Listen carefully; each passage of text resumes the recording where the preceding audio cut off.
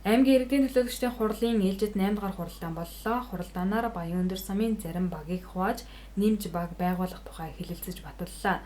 Орхон аймгийн Баян Өндөр сум нь 201,177 хүн амтай 22 багтай.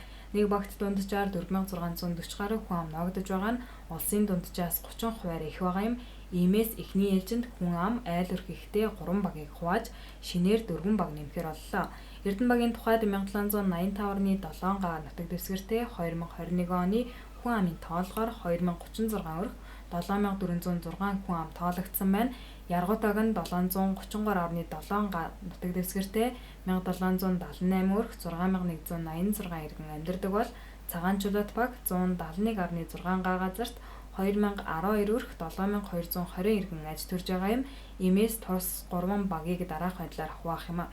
Эрдэнэбагийн Хавтаатын хэсгийн 23 дугаар гудамж, Хавтаатын 244 дугаар байшин, Сэлбийн хэсгийн 15 дугаар гудамж, Бүстийн хэсгийн 25 дугаар гудамжны айл өрхүүдийг хамруулсан нийт 648 өрх 2563 хүн амтай Чингэл баг, Яргууд багийн Аваатын хэсгийн 1-ээс 34 дугаар гудамж, Хөтлийн хэсгийн 1-ээс 13, 25-аас 36 дугаар гудамжны айл өрхүүдийг хамруулсан нийт үндсэн 798 өрхийн 3250 хүн амтай Баян Аваат баг, Цагаанчулуут багийг 2 хувааж 7-гийн анх орооллын 3-аас 13 дугаар байр, Жаргалант хэсгийн 1-ээс 5 дугаар гудамжны айл өрхүүдийг хамруулсан нийт 540 өрхийн 2024 хүн амтай Найрамдал баг, 7 дугаар хорооллын 1-ээс 8, 110, 112 дугаар байр, Эко хорооллын нийт 459 өрхийн 1475 хүн амтай Чандан багуудыг нэмж байгуулахаар боллоо.